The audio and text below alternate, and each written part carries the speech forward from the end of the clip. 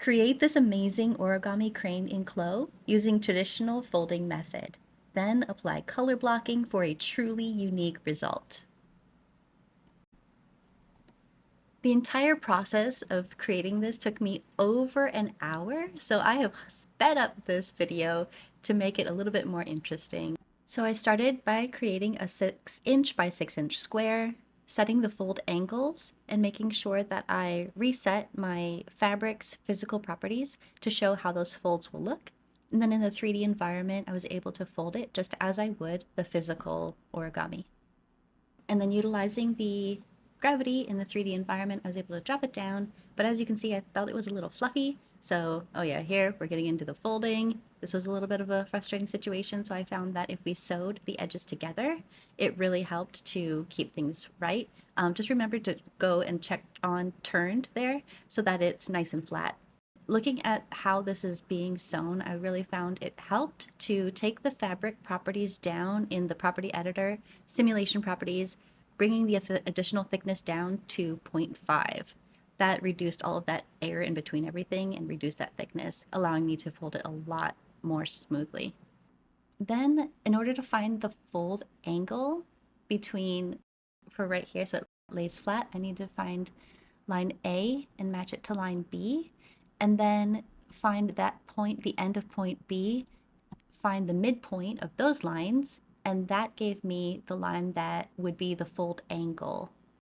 So now that we have those angles in place, we can mirror copy that same thing on the other side. And because the fold line goes all the way to the edge, just extend those lines down. And then here we just repeated the same steps we did before for the opposite side of the paper. And then through the magic of CLO, we're able to do it again, copying the lines and dropping it down, doing the same thing on the other side. I'm just going to speed this up so you can see the process in magic.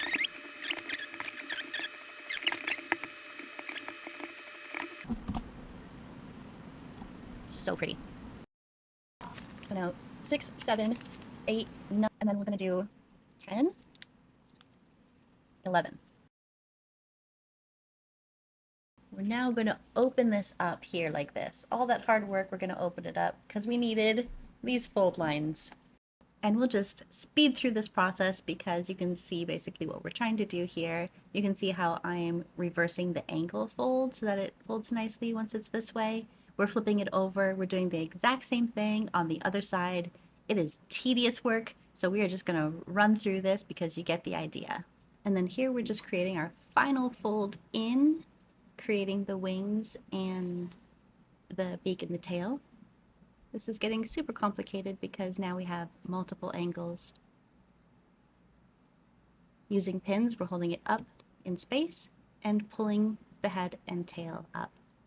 I'm using the tack tool in the 3D window, allowing me to simulate and reduce some of these extra pins so I can really see the bird come to life. After a bit more zhuzhing, I got the geometry to look pretty great and just took a moment to admire it with the mesh wireframe in a translucent surface. But here's where the magic really happens. When we add a texture to it, it can bring on a whole new life, and I'll show you how to do this. I did this in a quick and easy way by just taking a screenshot of my 2D pattern and bringing it into Photoshop. From there you can see I used the magic wand and color selected certain areas. Just get an idea of what this would look like if I applied this texture back into CLO. The result was pretty inspiring, so I made it a little bit more complicated, added another print on top, changed around the colors a bit, and played with the results.